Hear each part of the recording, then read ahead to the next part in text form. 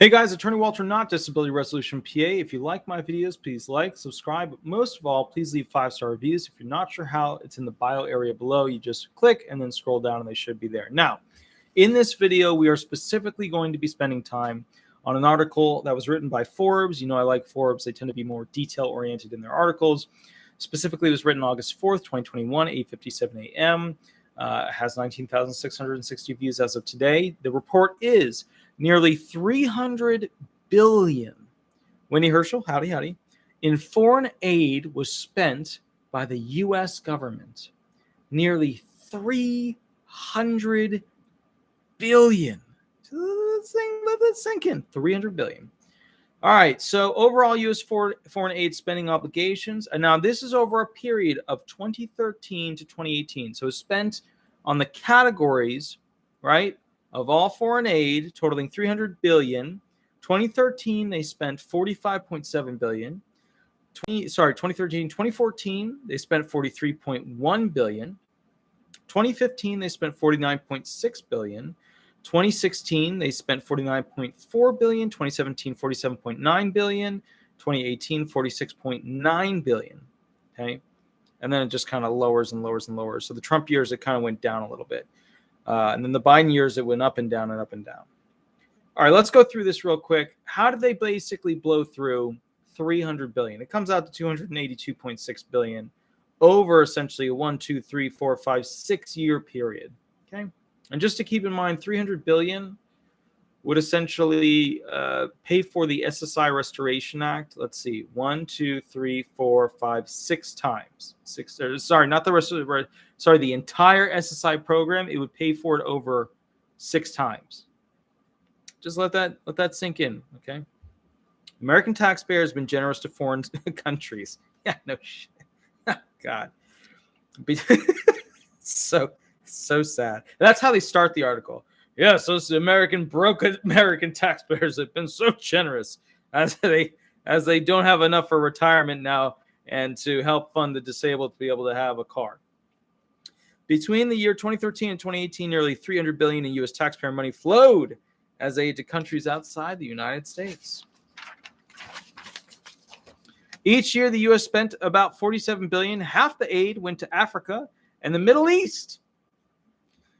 In year 2018, the latest year available for these statistics. Interestingly, despite President Donald Trump's America First agenda, aid to foreign countries remained virtually unchanged in the first 2 years of his administration.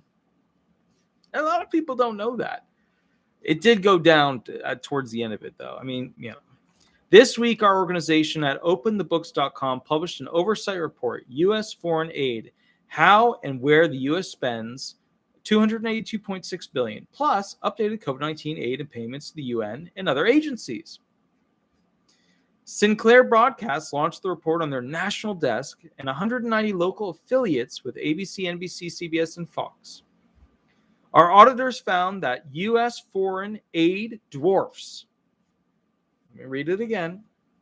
Our auditors found U.S. foreign aid dwarfs the federal funds spent by 48 out of 50 states governments annually. Foreign aid is so massive that it dwarfs 48 out of 50 state governments annually. Where's your money going? It ain't going to you. Only the state governments of California and New York spent more federal funds than what the U.S. sent abroad each year to foreign countries. That's because they get a lot of money from the feds, because their unfortunate government system would bankrupt them but for the feds bailing them out. Many Americans would rather spend their hard-earned money elsewhere, according to polling. Americans don't even know that their money is being so poorly spent. As our late honorary chairman, former U.S. Senator Tom Coburn, MD, pointed out, when the American people are asked what government spending should be cut in order to balance the federal budget, foreign aid programs generally top the list. What a surprise. Do taxpayers instinctively know that they are funding choir directors in Turkmenistan, filmmakers in Peru, aid for poultry farmers in Tanzania, and sex education workshops for prostitutes in Ethiopia.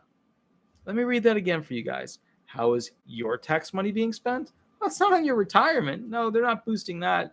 It's not on the disabled. No, they're keeping them in a state of extreme poverty, a vow of poverty, if you will, to dress it up with some fanciful words.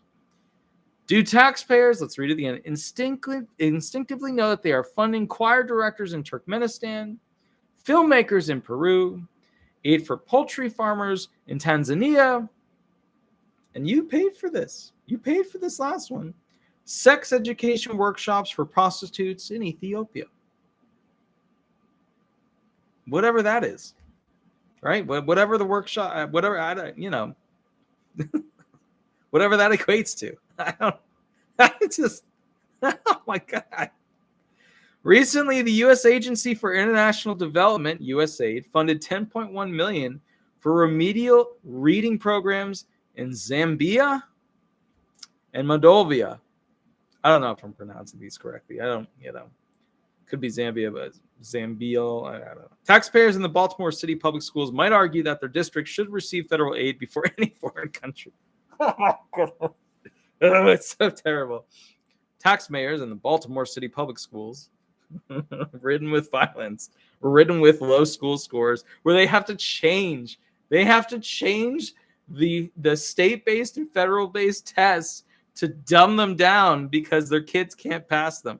In these states, in these places, taxpayers in the Baltimore City Public Schools might argue, they won't, maybe not, that their district should receive federal aid before any foreign country. This is so sad. They'd have a point.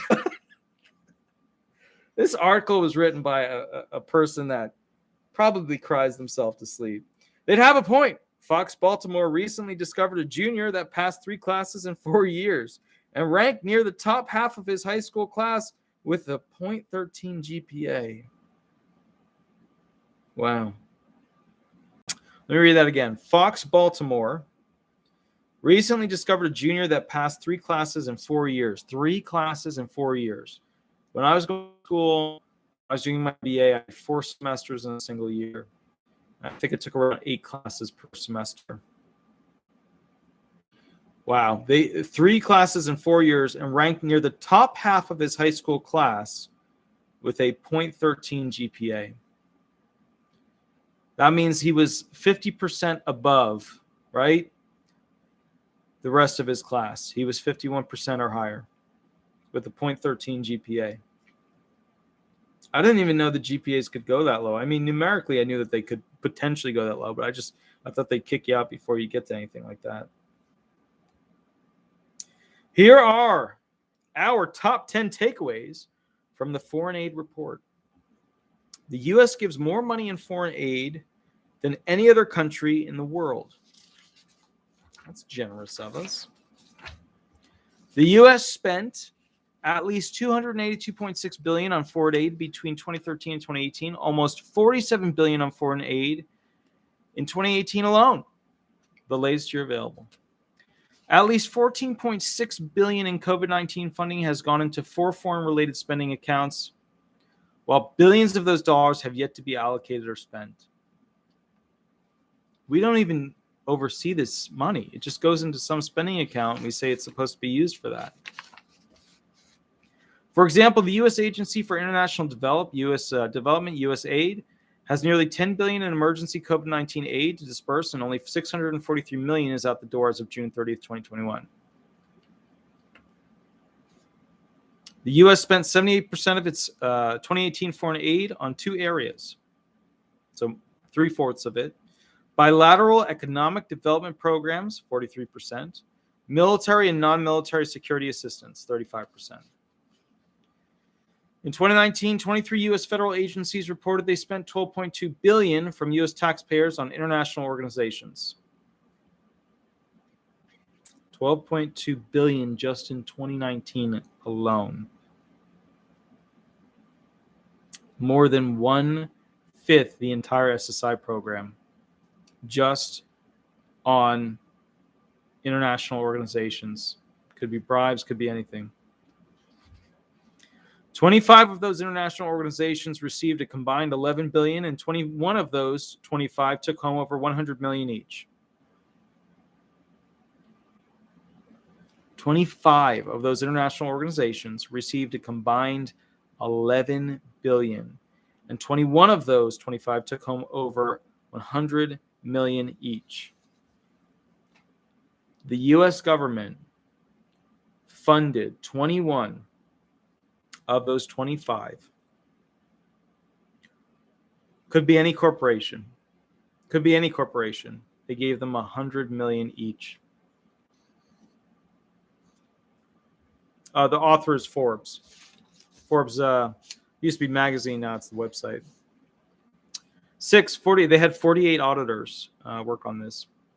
48 out of 50 U.S. States received fewer federal dollars than Washington sent to other countries in 2018. 48 out of 50 U.S. states received fewer federal dollars. Afghanistan, 7, received $6 billion in U.S. foreign aid in 2018, the most any country in the world, with Israel the runner-up up at $3 billion. That year, Sub-Saharan Africa received the most U.S. foreign aid of any region in the world, 27%, with the Middle East and North Africa combined receiving the second highest amount of U.S. tax dollars, 24%. I mean, Africa should be a beautiful garden at this point. No sub-Saharan, no deserts. I mean, if they put that many billions into it, you could plant that many plants. 8, 5 U.S. agencies distributed the bulk of U.S. foreign aid spending in 2018, the top being U.S. Aid, $20.1 billion, Department of Defense, $13.3 billion, and the State Department, $7.4 billion. Yeah, it's Forbes, yeah. Forbes.com site. 9, U.S. taxpayers give at least $9.7 billion annually to the UN system through 58 separate entities, which include the World Food Program, $2.8 billion, 2019. United Nations High Commission for Refugees, $1.7 billion, 2019. United Nations Peacekeeping, $1.46 billion, in 2021 for dues, $10.26 billion over the last 6 years. United Nations International Children's Fund, $833 million in 2020, $5.9 billion in U.S. funding over 14 years. UN regular budget, $685.5 million.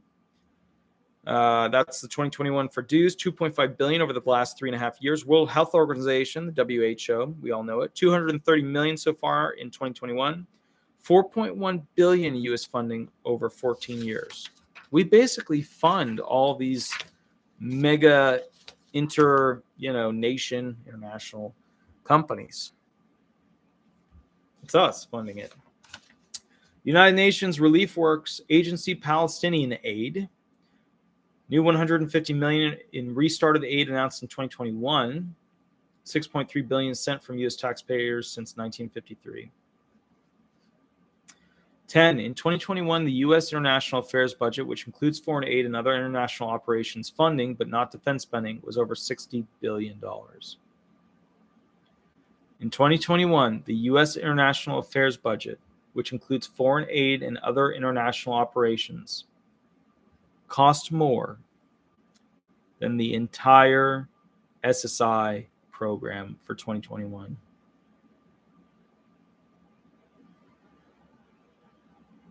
That's not just immoral, that's criminal.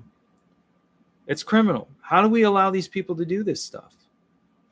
Summary, the federal government argues that this aid is necessary to maintain good diplomatic relations, assist allies, and encourage pro-American sentiment abroad.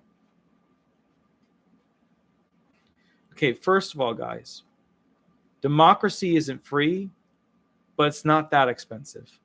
It's just not.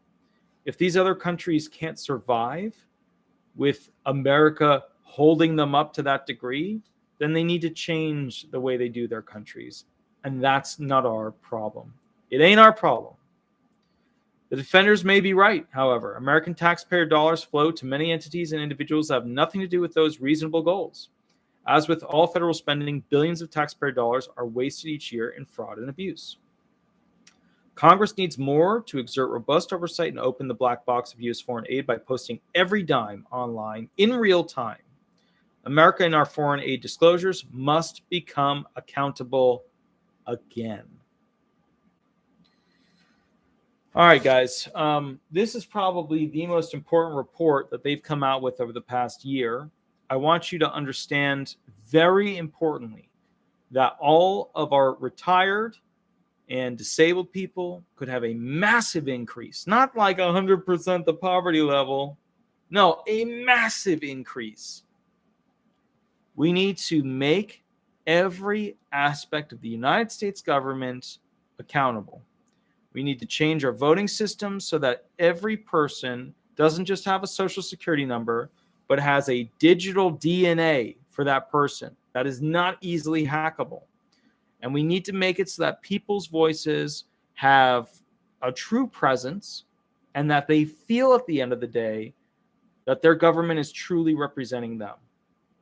If we can't fix these basic things to take us into the next century, then we're just going to be exactly where we are. Politicians that have been in forever. Poverty has never been fixed. Housing has never been fixed. Utilities has never been fixed. Foreign aid, well, that just keeps getting worse. I hope you guys all realize the future is bright so long as we change the past based on what we've learned. If you get a chance, please like, subscribe, and go ahead and basically, leave those 5-star reviews. Those really help me.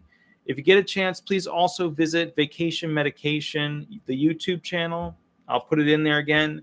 If you guys could go ahead and subscribe to that, we're going to be posting a bunch of really beautiful, relaxing videos in the future that I hope you guys will enjoy. Okay, Vacation Medication is like a sister company, or we're creating it to be, for relaxing videos going forward. Okay, I hope you have an absolutely wonderful day. I'll catch you a little bit later, and thank you so much. Bye-bye.